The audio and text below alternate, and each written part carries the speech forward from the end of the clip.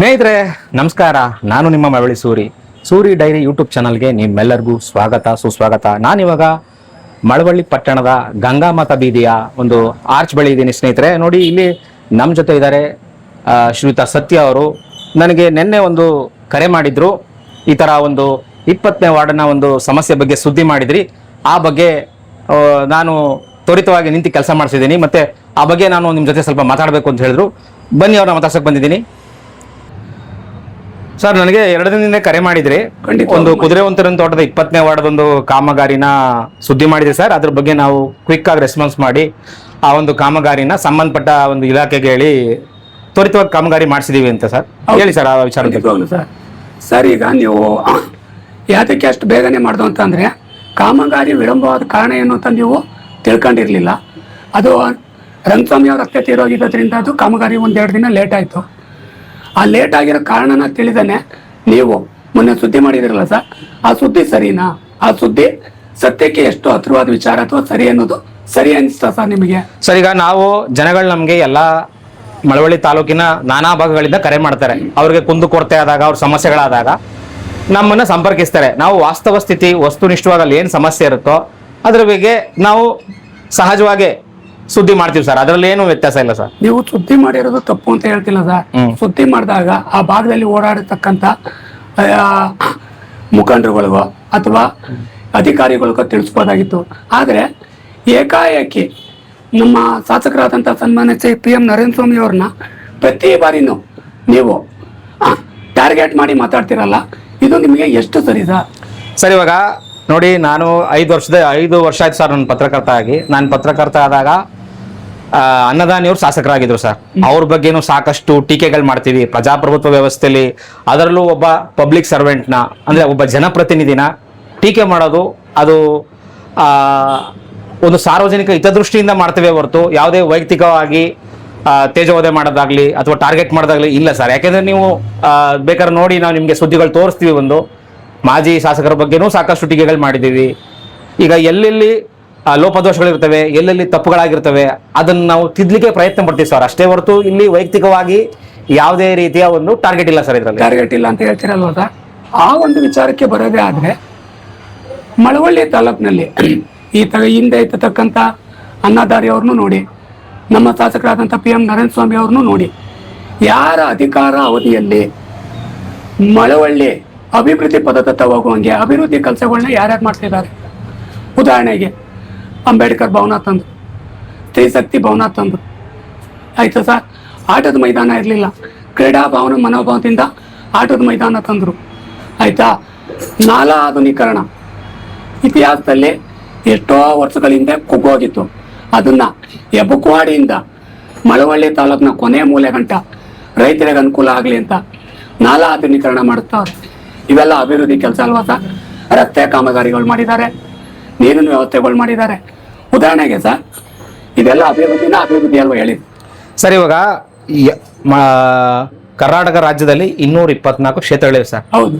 ಎಲ್ಲಾ ಕ್ಷೇತ್ರಗಳಿಗೂ ಮೂಲಭೂತ ಹಕ್ಕುಗಳಾದಂಥ ರಸ್ತೆ, ಚರಂಡಿ, ಆಸ್ಪತ್ರೆ ಇರ್ಬೋದು, ಒಂದು ಆಟದ ಮೈದಾನ ಇರ್ಬೋದು, ಅಲ್ಲೂ ಇದೆ ಸರ್, ಎಲ್ಲ ಕಡೆನೂ ಇದೆ. ಈಗ ನೀವೇ ಹೇಳಿ, ನಮ್ಮ ತಾಲೂಕು ಇದೆಯಲ್ಲ, ಮಂಡ್ಯ ಜಿಲ್ಲೆಯಲ್ಲಿ ಅತ್ಯಂತ ಒಂದು ದೊಡ್ಡ ತಾಲೂಕು. ಹೌದು. ಜನಸಂಖ್ಯೆ ಇರ್ಬೋದು ಅಥವಾ ಭೂ ವಿಸ್ತೀರ್ಣ ಇರ್ಬೋದು. ಹೌದು. ಮತ್ತೆ 2000 ವರ್ಷಗಳ ಇತಿಹಾಸ ಇರುವಂತ ಊರು ಸರ್. ಹೌದು, ಹೇಳಿ.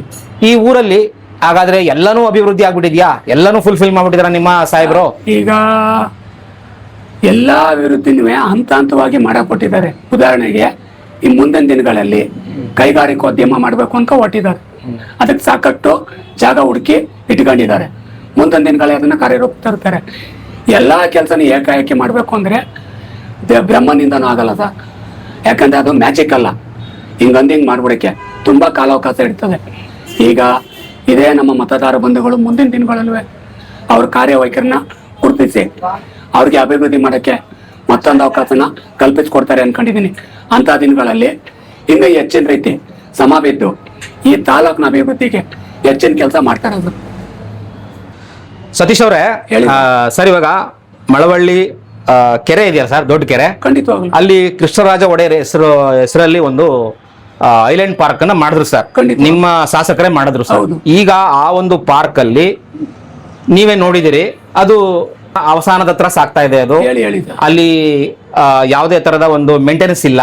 ಹಾ ಆ, ಪ್ರಾರಂಭದಲ್ಲಿ ಓಪನ್ ಆದಾಗ ಇದ್ದಂತ ಒಂದು ಕಳೆ ಆಗಲಿ ಸೊಬಗಾಗಲಿ ಆ ಒಂದು ಪಾರ್ಕ್ ಅಲ್ಲಿ ಕಣ್ಮರೆ ಆಗಿದೆ. ಮತ್ತೆ ಅದು ಕಾವೇರಿ ನೀರಾವರಿ ನಿಗಮದ ವ್ಯಾಪ್ತಿಗೆ ಒಳಪಡುವಂತ ಒಂದು ಪಾರ್ಕ್ ಅದು. ಇರ್ಲಿ. ಅದನ್ನ ಮಳವಳ್ಳಿ ಪಟ್ಟಣ ಪುರಸಭೆಗೆ ಸೇರಿಸಿದ್ರೆ ಪುರಸಭೆಯಿಂದ ಕೆಲಸಗಾರರು ಸಿಗ್ತಾರೆ, ಮೇಂಟೆನೆನ್ಸ್ ಮಾಡಬಹುದು ಅಥವಾ ಇತ್ಯಾದಿ ಇದು ಮಾಡಬಹುದು. ಮತ್ತೆ ಎಲ್ಲಕ್ಕಿಂತ ಹೆಚ್ಚಾಗಿ ಹೇಳ್ತೀನಿ ತಿಳ್ಕೊಳ್ಳಿ, ನಾಲ್ವಡಿ ಕೃಷ್ಣರಾಜ ಒಡೆಯವ್ರ ಕೊಡುಗೆ ಈ ರಾಜ್ಯಕ್ಕೆ ಅಪಾರವಾದಂತ ಕೊಡುಗೆ ಇದೆ. ಈ ಭಾರತ ದೇಶದ ಹಲವು ಪ್ರಥಮಗಳನ್ನ ಕೊಟ್ಟಿರುವಂತ ನಾಲ್ವಡಿ ರಾಜ ಋಷಿ ಕೃಷ್ಣರಾಜ ಒಡೆಯರವರು, ಅವ್ರ ಹೆಸರಲ್ಲಿ ಒಂದು ಬೋರ್ಡ್ ಇತ್ತು ಸರ್. ಆ ಬೋರ್ಡ್ ಕೂಡ ಇಲ್ಲ ಇವಾಗ. ಆ ಒಂದು ಬೋರ್ಡ್ ಅನ್ನ ನಿಮ್ಮ ಶಾಸಕರಿಂದ ಹಾಕ್ಸಕ್ ಸಾಧ್ಯ ಅಲ್ವಾ ಸರ್? ಸರ್, ಈಗ ಅದು ಈಗ ನೀವು ಹೇಳಿದಿರ ಈ ಹಿಂದೆ ಮಳವಳ್ಳಿ ಸೌಂದರ್ಯೀಕರಣಕ್ಕೆ ಹೋಲಿಸಿದಾಗ ಇವತ್ತು ಯೋಚನೆ ಮಾಡಿ, ಅಲ್ಲಿ ಮಲ ವಿಸರ್ಜನೆ ಆಗ್ತಾ ಇತ್ತು, ಓಡಾಡಕ್ ಆಗ್ತಾ ಇರ್ಲಿಲ್ಲ. ಅದನ್ನ ಸೌಂದರ್ಯೀಕರಣ ಮಾಡಿದ್ರು ನೀವ್ ಹೇಳ್ದ ಹಾಗೇನೆ. ಮತ್ತೆ ಹಿಂದೆ ಇದ್ದವ್ರ ಕಾಲದಲ್ಲಿ ಅದನ್ನ ಹಾಕಿದ್ರು, ಮತ್ತೆ ಆಳು ಕೊಂಪೆ ಮಾಡಿದ್ರು. ಯಾತಕ್ಕೆ? ಇವ್ರಿಗೆ ಕೆಟ್ಟ ಹೆಸರು ಬರ್ಲಿ ಅಂತ. ಅವಾಗ ಇವ್ರ ಅಧಿಕಾರಾವಧಿ ಇರ್ಲಿಲ್ಲ. ಅಂತ ಸಂದರ್ಭದಲ್ಲಿ ಅದನ್ನ ಆಳು ಕೊಂಪೆ ಮಾಡಿದ್ರು. ಆ ದಿನದಲ್ಲಿ ಯಾರು ಇದಕ್ಕೆ ಪ್ರಶ್ನೆ ಮಾಡಲಿಲ್ಲ.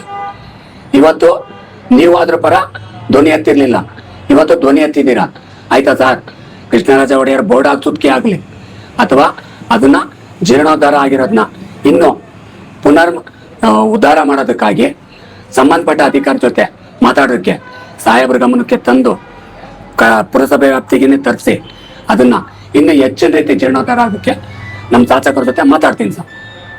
ಸರ್, ಇವಾಗ ನಮ್ಮ ತಾಲೂಕಲ್ಲಿ ಸುಮಾರು ಕಳೆದ ಒಂದು 30-40 ವರ್ಷಗಳಿಂದ ಸರ್ ಸುಮಾರು 5,000 ಎಕರೆ ಭೂಮಿ, ಗೋಮಾಳ ಇರ್ಬೋದು ಅಥವಾ ಅರಣ್ಯ ಭೂಮಿ ಇರ್ಬೋದು, ಮತ್ತೆ ಸಂರಕ್ಷಿತ ಅರಣ್ಯ ಪ್ರದೇಶನೂ ಇದೆ. ಇದೆಲ್ಲವನ್ನು ಕೂಡ ವ್ಯವಸ್ಥಿತವಾಗಿ ಕೆಲ ಪಟ್ಟಭದ್ರ ಹಿತಾಸಕ್ತಿಗಳು, ಕೆಲ ಬಲಾಢ್ಯರು ಬೇರೆ ಬೇರೆ ಜಿಲ್ಲೆಗಳಿಂದ ಬಂದು ಬೇರೆ ಬೇರೆ ತಾಲೂಕುಗಳಿಂದ ಬಂದು ಆಕ್ರಮಿಸ್ಕೊಂಡಿದ್ದಾರೆ ಸರ್. ಇದ್ರ ಬಗ್ಗೆ ನಿಮ್ಮ ಶಾಸಕರು ಕೂಡ ಒಂದು ಪತ್ರಿಕಾಗೋಷ್ಠಿ ಕರೆದಿದ್ರು. ಸುಮಾರು 1000 ಎಕರೆಗಳನ್ನ ಒತ್ತುವರಿಯಾಗಿದೆ. ಅದನ್ನೆಲ್ಲನೂ ನಾನು ವಾಪಸ್ಸು ಮರಳಿ ನಮ್ಮ ತಾಲೂಕಿನ ಇದಕ್ಕೆ ತಂದು ಸೇರಿಸ್ತೀನಿ, ಅಕ್ರಮ ಪರಭಾರೆಗಳನ್ನ ನಾನು ಸರಿ ಮಾಡ್ತೀನಿ ಅಂತ ಹೇಳಿದ್ರು ಸರ್. ಆ ನಿಟ್ಟಿನಲ್ಲಿ ನಿಮ್ಮ ಶಾಸಕರು ಏನಾರ ಮಾಡಿದಾರ ಸರ್? ಅನುಮಾನನೇ ಬೇಡ ಸರ್. ಈಗ ದಿಕ್ಕಿನಲ್ಲಿ ಅವರು ಮುಂದುವರೆದು ತುಂಬಾ ದೂರ ಹೋಗಿ ಅದನ್ನ ಎಲ್ಲನೂ ತುಂಬಾ ಎಕರೆಗಳನ್ನ ಒತ್ತುಪಡಿಸ್ಕೊಂಡಿದ್ದಾರೆ.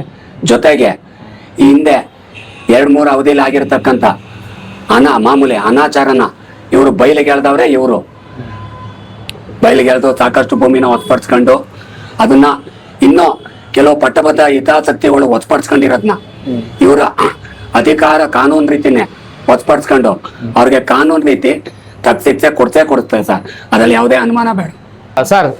ಸತೀಶ್ ಅವರೇ, ನನಗೆ ಒಂದು ಮಾಹಿತಿ ಬಂತು, ನೀವು ಮಳವಳ್ಳಿಯ ಗಂಗಾಮತ ಬೀದಿಯ 20ನೇ ವಾರ್ಡ್ನ ಟಿಕೆಟ್ ಆಕಾಂಕ್ಷಿ ಆಗಿದ್ದೀರಿ. ಆ ವಾರ್ಡನ್ನ ಉಮೇದುವಾರಿಕೆ ಸಲ್ಲಿಸಬೇಕು ಅನ್ಕೊಂಡಿದ್ದೀರಿ ಅಂತ ಕೇಳ್ಪಟ್ಟೆ ಸರ್, ನಿಜಾನ ಸರ್ ಇದು? ಖಂಡಿತವಾಗ್ಲೂ ನಿಜ ಸರ್. ಅದರಲ್ಲಿ ಯಾವ ಅನುಮಾನನೂ ಇಲ್ಲ. ನಾನು 20ನೇ ವಾರ್ಡ್ಗೆ ಒತ್ಪಾಯನಲ್ಲ ಸರ್. ಹಿಂದೆ ದಯಾಶಂಕರ್ ಅವರು ಚುನಾವಣೆಯಾಗಿ ನಿಂತಾಗ್ಲು ಆ ವಾರ್ಡ್ ನಾನು ಈ ಬೀದಿಯವನೇ ಆಗಿರೋದ್ರಿಂದ ಆ ವಾರ್ಡ್ ನಂಟು ಮತ್ತೆ ನನ್ನ ವಾರ್ಡು ಆ ವಾರ್ಡು ಅಕ್ಕಪಕ್ಕನೇ ಇರೋದ್ರಿಂದ 2 ವಾರ್ಡ್ ನಂಟು ಒಂದೇ. ಅಲ್ಲಿ ಅಭಿವೃದ್ಧಿ ವಿಚಾರವಾಗಲಿ ಇನ್ನೊಂದು ವಿಚಾರವಾಗಲಿ ನಾವು ಅವಾಗ ಅಲ್ಲಿ ಹೋಗ್ತಾ ಇರ್ತೀವಿ. ಅಭಿವೃದ್ಧಿ ಕೆಲಸದ ಬಗ್ಗೆ ಗಮನ ಕೊಡ್ತಿರ್ತೀವಿ.